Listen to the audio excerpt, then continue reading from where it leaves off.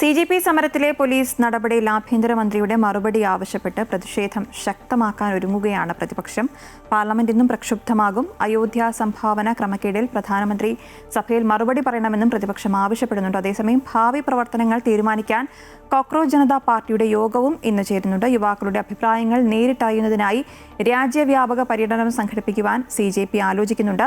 ജിഷ്ണു കൃഷ്ണനുടെ വിശദാംശങ്ങളുമായി. ജിഷ്ണു, ഈ CJP സമരത്തിലെ police നടപടിയിൽ ആഭ്യന്തരമന്ത്രിയുടെ മറുപടി ഇന്ന് പ്രതിപക്ഷം ആവശ്യപ്പെട്ടേക്കും. പാർലമെന്റ് പ്രക്ഷുബ്ധമാകാൻ തന്നെയാണ് സാധ്യത. ഒപ്പം തന്നെ ഈ അയോധ്യ സംഭാവന ക്രമക്കേടിൽ പ്രധാനമന്ത്രി മറുപടി പറയണമെന്നൊരു ആവശ്യവുമുണ്ടല്ലോ. എന്താണ് വിശദാംശങ്ങൾ?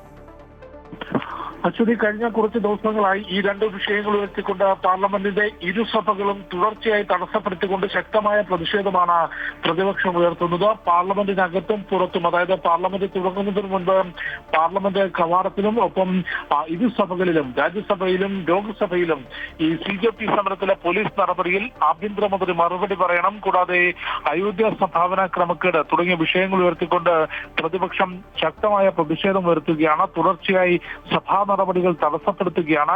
ഈ ഒരു സമ്മേളന കാലയളവ്, വർഷകാല സമ്മേളനം മുഴുവൻ പരിശോധിക്കുമ്പോൾ പൊതുപരീക്ഷാ നിയമ ഭേദഗതി ബില്ലിന്മേലുള്ള ചർച്ചയ്ക്കപ്പുറത്തേക്ക് മറ്റ് ചർച്ചകളോ പാർലമെന്റ് നടപടികളോ മുൻപോട്ട് കൊണ്ടുപോകാൻ പ്രതിപക്ഷം യാതൊരു കാരണവശാലും സഹകരിക്കുകയോ സഭാ നടപടികളോട് സഹകരിച്ചുകൊണ്ട് മുൻപോട്ട് പോവുകയോ ചെയ്തിട്ടില്ല. പ്രതിപക്ഷം വ്യക്തമാക്കുന്നത് ഈ പോലീസ് നടപടിയിൽ ഡൽഹി പോലീസിന്റെ ഉത്തരവാദിത്തമുള്ളത് ആഭ്യന്തര മന്ത്രാലയത്തിലാണ്. ഈ CJP സമരത്തിന്റെ പാർലമെന്റ് മാർച്ചിനുണ്ടായിട്ടുള്ള പോലീസ് നടപടിയിൽ പെല്ലറ്റ് ഗൺ ഉപയോഗത്തിൽ ആഭ്യന്തരമന്ത്രി നേരിട്ട് സഭയിൽ മറുപടി പറയാതെ പ്രതിഷേധം അവസാനിപ്പിക്കില്ല എന്നുള്ളതാണ്. ഒപ്പം ഈ അയോധ്യ ക്രമക്കേടിൽ പ്രധാനമന്ത്രി നരേന്ദ്രമോദി പാർലമെന്റിൽ മറുപടി പറയണമെന്നും ഇപ്പോൾ പ്രതിപക്ഷം ആവശ്യപ്പെടുന്നുണ്ട്. പ്രതിപക്ഷത്തിന്റെ ഈ രീതിയെ രൂക്ഷമായി സ്പീക്കർ ഓം ബിർളയും ഒപ്പം മുതിർന്ന കേന്ദ്രമന്ത്രിമാരും വിമർശിച്ചു. വിവിധ കാരണങ്ങൾ പറഞ്ഞുകൊണ്ട് സഭാ നടപടികൾ തടസ്സപ്പെടുത്തുകയാണ് പ്രതിപക്ഷം. ഓരോ വിഷയങ്ങളിലും ചർച്ച നടത്തി പരിഹാരം കാണാൻ ശ്രമിക്കുമ്പോൾ മറ്റൊരു വിഷയവുമായി എത്തി സഭ തടസ്സപ്പെടുത്തുകയാണെന്നും ഇത് പാർലമെന്റ് മര്യാദയ്ക്ക് ചേർന്നതല്ല എന്നുള്ള പ്രതികരണമായിരുന്നു കഴിഞ്ഞ ദിവസങ്ങളിൽ കേന്ദ്രമന്ത്രി കിരൺ റിജിജു നടത്തിയത്. ഒപ്പം ചോദ്യോത്തരവേള ഉൾപ്പെടെ തടസ്സപ്പെടുത്തുന്ന പ്രതിപക്ഷത്തിനെതിരെ രൂക്ഷമായ വിമർശനം സ്പീക്കർ ഓം ബിർളയും നടത്തിയിരുന്നു. ഏതായാലും ഇന്നും പാർലമെന്റ് പ്രക്ഷുബ്ധമാകാൻ തന്നെയാണ് സാധ്യത. കഴിഞ്ഞ ദിവസം ചേർന്ന പ്രതിപക്ഷ മുന്നണി യോഗത്തിൽ പ്രതിഷേധം ശക്തമാക്കാനാണ് തീരുമാനമെടുത്തത്. ഒപ്പം കോക്രോച്ച് ജനതാ പാർട്ടിയുടെ നിർണായകമായ യോഗം ഇന്ന് മഹാരാഷ്ട്രയിൽ ചേരുന്നുണ്ട്. ജന്തർ മന്ദറിലെ സമരം അവസാനിപ്പിച്ചതിനു ശേഷം ഇത്തരത്തിലൊരു യോഗം കോക്രോച്ച് ജനതാ പാർട്ടി ചേരുന്നത് ഇന്നാണ്. അഭിജിത് ദീപ്കെ, ഈ കോക്രോച്ച് ജനതാ പാർട്ടിയുടെ സ്ഥാപകൻ അഭിജിത് ദീപ്കെ, കൂടാതെ ഈ CJPയുടെ വക്താക്കൾ, പ്രധാനപ്പെട്ട നേതാക്കളെല്ലാം തന്നെ ആ യോഗത്തിൽ പങ്കെടുക്കും. ജന്തർ മന്ദറിലെ സമരത്തിന് ഐക്യദാർഢ്യം പ്രഖ്യാപിച്ച പ്രമുഖരുമായുള്ള കൂടിയാലോചനകൾ ഉണ്ടാകും.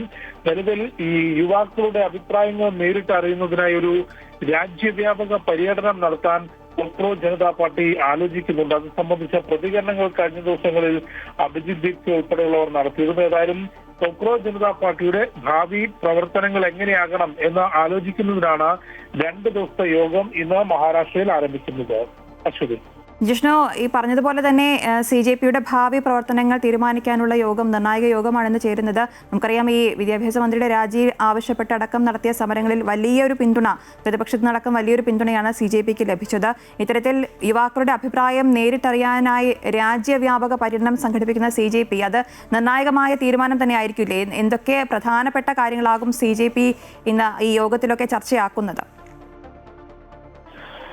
പക്ഷേ 2 ദിവസത്തെ യോഗത്തിൽ ഈ കോക്രോച്ച് ജനതാ പാർട്ടി എന്നുള്ളത് അത് പെട്ടെന്ന് രൂപം കൊണ്ടൊരു സോഷ്യൽ മീഡിയ വഴി രൂപം കൊണ്ടൊരു കൂട്ടായ്മയായിരുന്നു. പിന്നീട് ആ കൂട്ടായ്മ പൊതു രംഗത്തേക്ക് അല്ലെങ്കിൽ ഒരു പ്രത്യക്ഷ സമരത്തിലേക്ക് ഇറങ്ങുന്നത് ജന്തർ മന്ദറിലാണ്. പരീക്ഷാ ക്രമക്കേടുമായി ജന്തർ മന്ദറിൽ ആദ്യം ഒരു ദിവസത്തെ സമരം ആരംഭിക്കുകയും പിന്നീട് അതൊരു അനിശ്ചിതകാല സമരത്തിന് അഭിജിത് ദീപ്കെ ആഹ്വാനം ചെയ്യുകയും അത്തരത്തിൽ അതൊരു വലിയ സമരമായി ഡൽഹിയിൽ മാറിയിരുന്നു. തുടർന്ന് വിദ്യാഭ്യാസ മന്ത്രിയുടെ രാജി വരെ നമ്മൾ കണ്ടിട്ടുള്ളതാണ്. അതുകൊണ്ട് ആ ഒരു കൂട്ടായ്മയെ ഏത് രീതിയിൽ മുൻപോട്ട് ഇനി കൊണ്ടുപോകാം എന്നത് സംബന്ധിച്ച നിർണായകമായ ചർച്ചകളായിരിക്കും ഈ 2 ദിവസങ്ങളിൽ നടക്കുക. അതിനായി ഈ നേരത്തെ ജന്തർ മന്ദറിലെ സമരത്തിന് പിന്തുണ നൽകിയിട്ടുള്ള വിവിധ പ്രമുഖ വ്യക്തികളുമായി കോക്രോച്ച് ജനതാ പാർട്ടിയുടെ വക്താക്കൾ ആശയവിനിമയം നടത്തും, ഭാവി പരിപാടികൾ തീരുമാനിക്കും. അതിലൊരു പ്രധാനപ്പെട്ട തീരുമാനം എന്നുള്ളതാണ് നേരത്തെ ഞാൻ ചൂണ്ടിക്കാട്ടിയതുപോലെ രാജ്യവ്യാപകമായൊരു പ്രചാരണ പരിപാടി അല്ലെങ്കിൽ ഒരു ആളുകളെ കണ്ട് കാര്യങ്ങൾ സംസാരിക്കുന്നതിനും യുവാക്കളുടെ